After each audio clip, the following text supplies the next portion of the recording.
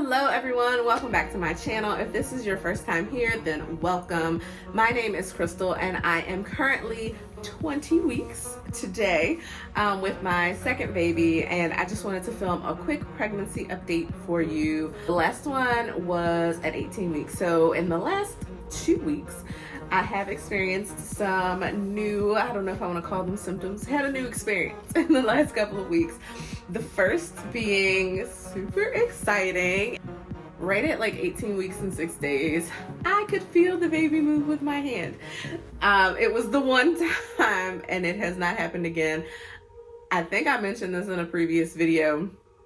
I was showing very early, and I believe I was feeling like uterine expansion cramps very early. So I believe that my uterus expanded quickly and early, and so there is a lot of room in there for that baby to go and to move around. And so I don't always feel the baby moving, but I was able to not only feel the baby move, but I just like got really still and was like, I feel like this is gonna be really close to the surface. And I just put my hand right on my belly where I felt the baby moving, and I could actually feel the movements with my hand, and it was amazing. I can't wait until it's pretty much an everyday occurrence. So looking forward to that here in the coming week. So that is probably about it as far as like the exciting updates that I've had in the last couple of weeks. I was having some trouble sleeping, not so much in the like the pregnancy insomnia. Thankfully, I have not experienced that yet. I know I did in my first pregnancy, I believe kind of early, and then in the third trimester. So I haven't experienced that yet, and I hope I don't. But I was just having trouble, I think, being comfortable throughout the night. Like, I was trying not to lay on my stomach. I know that, you know, I've read articles and things that are like, it's not gonna hurt the baby. I just didn't feel comfortable laying on my stomach. So I think I was keeping myself up at night, trying to make sure I wasn't laying on my stomach. And also, I've been trying to like mentally prepare myself that in like 7 weeks or so, I'm not gonna be able to lay on my back anymore. So I just was not sleeping well. And so it was time to bust out the pregnancy pillow, and I'm so glad that I did.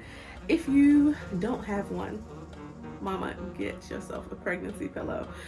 It makes a huge difference, and I absolutely love the one I have. It's honestly the same one that I had when Brixton was born. It is a U shape, and I will pop a picture in and link it below.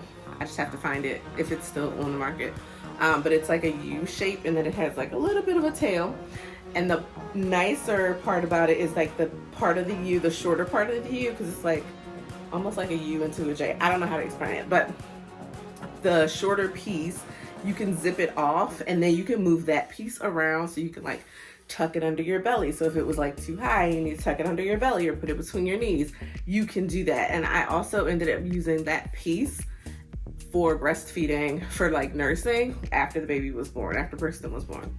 But I love that pillow, and it has been just amazing to use. I do use it. I don't know if anybody uses it flat. I like to be a little bit propped. So I have 2 pillows that I always sleep on, and honestly, I just flopped it right on top of those. So I'm nice and elevated, helps with any heartburn and acid reflux. And then I'm just like nice and comfy. I'm keeping the belly, you know, lifted. It's amazing.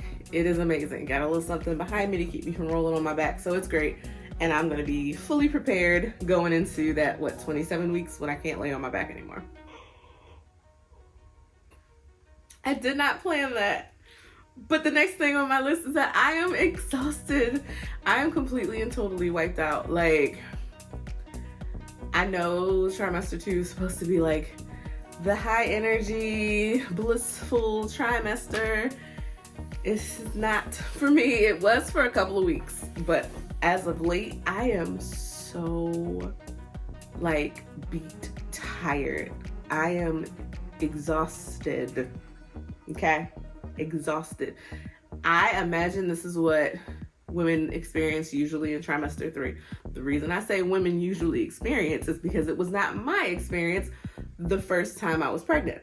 So when I was pregnant with Brixton, I believe I had the same problem in trimester 2. It was like, great, coming out of T1, I feel good, I can function, this is amazing.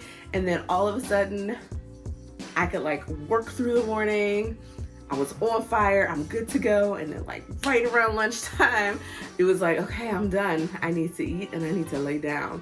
And I would have my lunch, I would lay on the sofa, watch a little game show network, take a nap, and I would be on that couch, usually working from my phone for the rest of the afternoon until it was time to make dinner.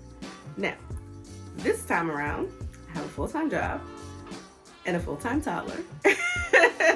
He goes to school during the day, but I have a full-time job, I have a toddler, I have a teenager who has practice and things, and so I don't have that luxury this time. So I am just like, I feel like I'm just like in a fog most of the day.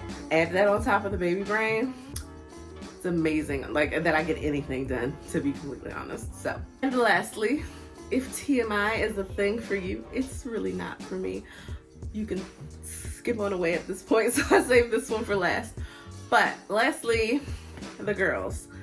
I noticed probably a week and a half, 2 weeks ago especially, that I was really starting to notice. I think I had mentioned before that I was like, I could notice a little bit of pain every once in a while, but I started really noticing the lactation preparation in the chest region. I just started noticing the different feelings. I don't really know how to explain the feeling. Like there's a tingling, sometimes there could be a pain, there's a full, like I don't know how to explain it really, but I've noticed the changes. And I recently noticed like a couple of days ago how I'm feeling about baby number 2 video.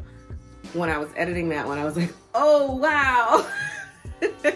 There's quite a distinct size difference, which was a result of, so if this is your first time, your first pregnancy, don't panic. I had a lumpectomy biopsy deal on my right breast back when I was like 26 or something like that.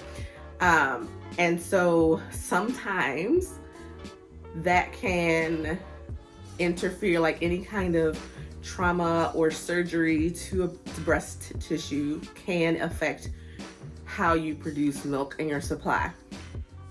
Also, sometimes you just have one breast that produces better than the other for what seems like no reason. There's probably a reason. I'm not a doctor.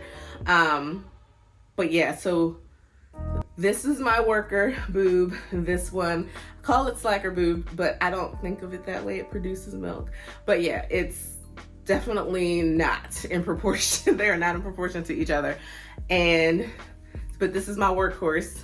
And so to feed my baby, your body's gonna do what your body needs to do to feed your baby. Okay, that's just that's the science of it. Your body will make the milk. It made a lot of the milk on this side. And so in order to hold enough milk, this breast got much larger than this one. The difference was less noticeable after I was done with my breastfeeding journey with Brixton, but it was still there, just not enough, like I said, to really notice. However, the change is quite clear yet again, just as my body is preparing to breastfeed. Is what it is. I'm gonna feed my baby, and if I'm lopsided, I'm lopsided. That's not what matters to me. What matters to me is that I can feed my kiddo. So yeah, I'll just have to try to be more conscious of it. I'm gonna do a bump update, and then I have something really cool to show you. So here is the 20-week bump, clothed.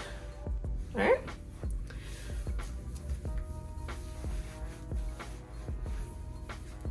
And here it is bare. And the cool thing I wanted to show you, I have this book that I got for Brixton. It's about 9 months. And it takes the child who's you're trying to explain this whole thing. It takes them through like what the process of having a baby looks like. And then it shows you like the different stages of the baby. And early on, it'll say like this is blown up, the actual size, like when this one is 0.1 millimeters, so microscopic. Now, as it goes further along, then it changes and it's actually actual size. So I am 20 weeks pregnant today. right? And this is the 20-week, week 20 fetus, actual size. So in this belly is a baby that size, and I thought that was super cool. And I didn't even realize that when I bought this book. I got it, like I said, there we go. I got it for Brixton. But is that not the coolest? All the updates for 20 weeks. If you found this video helpful, please hit that thumbs up so other mamas can find it. And if you would like to follow along in my pregnancy journey, make sure you subscribe and hit that notification icon so that you can be notified. I do pregnancy updates every 2 weeks. And I also do other videos on preparing for a baby, mom life, parenting, all that jazz. So if that is interesting to you, go on and browse the channel, see if there's anything that resonates with you. And if it does, please consider subscribing. All right, mama, I will see you in the next video. Bye.